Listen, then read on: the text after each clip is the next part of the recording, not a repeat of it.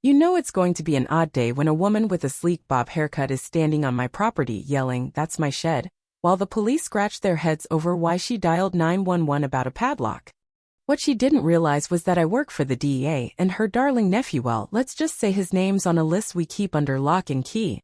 So yeah, I figured it was time to play a little chess.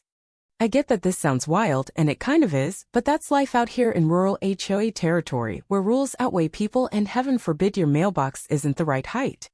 I moved here for calm after 20 years with the DEA, mostly undercover reviewing trees, dogs, quiet mornings, and a spot where no one shoots at me before coffee. I chose this place because it sits just beyond the HOA's reach, a few feet past their line.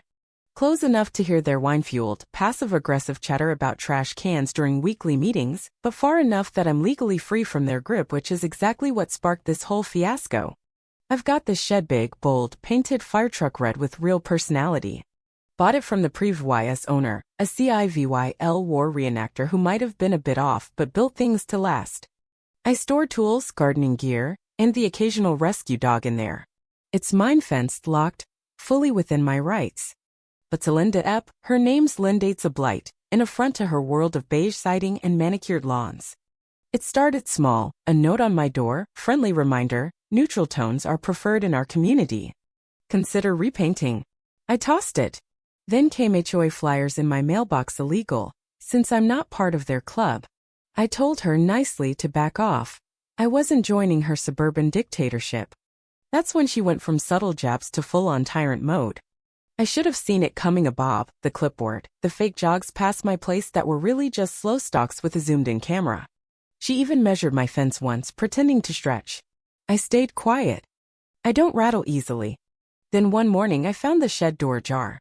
I lock it every night always. Tools were shifted, a box of nails spilled. Someone had been in there. No forced entry, just opened. I knew it wasn't random.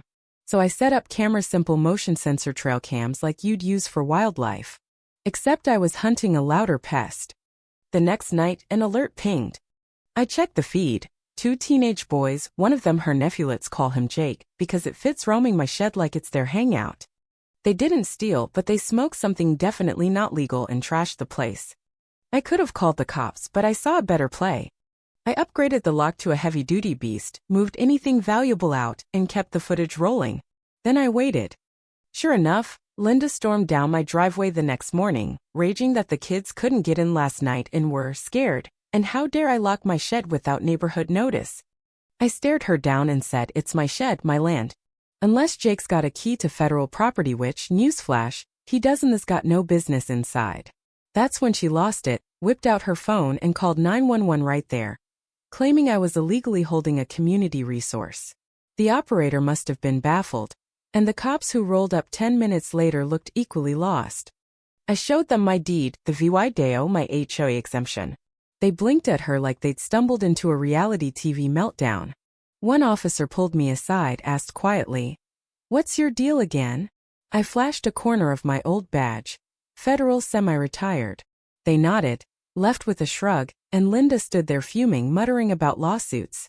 What she didn't know was her precious Jake had just lit a match under a bigger fire. A quick check on him, nothing fancy, turned up a petty possession charge and a link to a mid-level dealer in the next county, someone very much on our radar.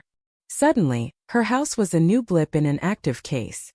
I wasn't just a neighbor anymore. I was a piece in the puzzle, a former agent with eyes on a known associate, smack in the middle of her perfect little world. Linda had no clue she'd just served the feds a golden tip on a silver platter. I didn't rush it. I let her escalate, let her think she was winning. And she filed a zoning complaint, sent an unsigned legal threat, even left a voicemail faking a code enforcement officer's voice, all low and clumsy. I saved it, sent it to a county pallet, took 6 minutes to confirm it was bogus, and they were keen to know who was impersonating officials. Then came the kicker. Another motion alert that night. Not Jake this time, Linda, alone in my shed, holding something she shouldn't. Too perfect. There she was, bob haircut glinting in the dim light, clutching a small metal box. She wasn't just trespassing, she was meddling, and the way she handled it, checking for cameras, showed intent. I let the feed record every second. This wasn't about her HOA vendetta anymore, it was leverage. She placed the box back by some old gear, slipped out, and strutted home like she'd won. I didn't call the cops, not yet. I took the footage to the sheriff's office instead. They knew me. I didn't need much preamble. The deputy grinned. Another Linda tale, huh, Tom? I handed over the thumb drive. Better than that. I gave the rundown and his face sharpened. Game on. The box wasn't random junk. It tied to a local meth ring we'd been tracking, not your typical shed find. Linda had no idea, but she just handed me the upper hand. She kept digging, filed a complaint calling me a community threat, even a drug dealer, which nearly made me choke laughing. She rallied neighbors, spread rumors, tried to force me out. Her paperwork was a mess of lies, but she didn't know who she'd picked a fight with. I'd faced worse than her in my career and knew how to flip the script. Then the sheriff called. Sit down, Tom. Jake's in cuffs and we've hooked a bigger fish. Linda's nephew and his ex-con brother were running something nasty from her house. I'd fed just enough intel to set it up, and now it was go time. Before dawn, I watched from my porch as unmarked SUVs rolled in, no sirens, just silent precision. Agents swarmed her place, hauled out Jake, then his brother, and finally 3 heavy duffel bags, drugs, stashed all over her home. Linda stood there, robe flapping, jaw dropped, as her world unraveled. Her name was on the deed, her prints likely on the backs. Ignorance wouldn't save her. I nodded at her from my porch, not smug, just acknowledgement. She wasn't arrested, just detained for questioning, screaming denials. But the HOA turned on her fast. By day's end, they'd ousted her from the presidency. In an emergency vote, her allies flipped like switches. She sued me for emotional distress. Next, a desperate flop. I brought my EVY Denke binder to court, VY Deo's letters, the fake voicemail. The judge tossed her case in 10 minutes and fined her for wasting time. She glared, but it was empty. Her house went dark after that. Legal fees, fines, foreclosure. I bought it at auction, turned it into a recovery home for non-violent drug offenders. The irony was delicious, her old domain now helping the people she despised. I thought that'd be the end, but Linda showed up one Sunday ranting at a tenant about what this place used to be. He quipped back, a warlord's lair, now a rehab spot. Want a tour? She stormed off, sent a cryptic note later, you won the battle, but the community's mine. She'd started a Community Integrity Alliance, a rogue HOA, targeting my block with pink flyers.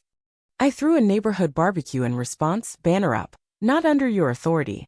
She watched from afar as her scheme fizzled, no one joined, and her nonprofit tanked.